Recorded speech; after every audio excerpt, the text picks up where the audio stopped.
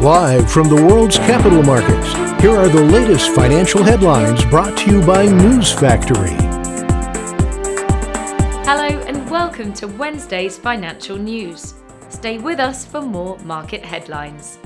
The dollar-yen pair traded sideways in the last session. According to the Williams indicator, we are in an overbought market.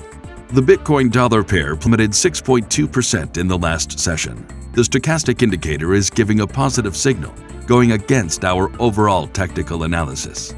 The last session saw the gold drop 0.3% against the dollar. The ROC is giving a negative signal, going against our overall technical analysis.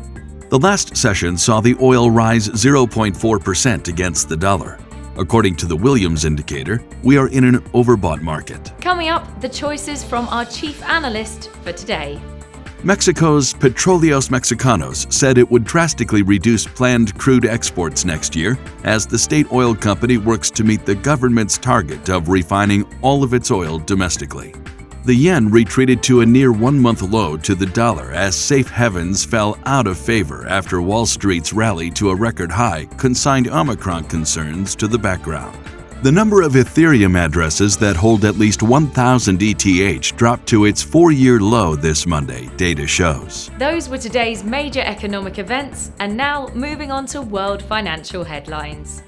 The U.S. MBA mortgage applications will be released at 1200 GMT. The U.S. EIA crude oil stocks change at 1530 GMT. The Austrian Purchasing Manager Index at 0900 GMT.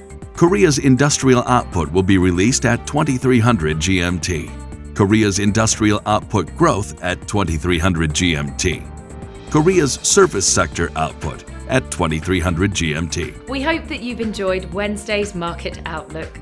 On behalf of all of us here, we wish you a productive trading day. Be sure to join us tomorrow morning for the latest news and events from the financial markets.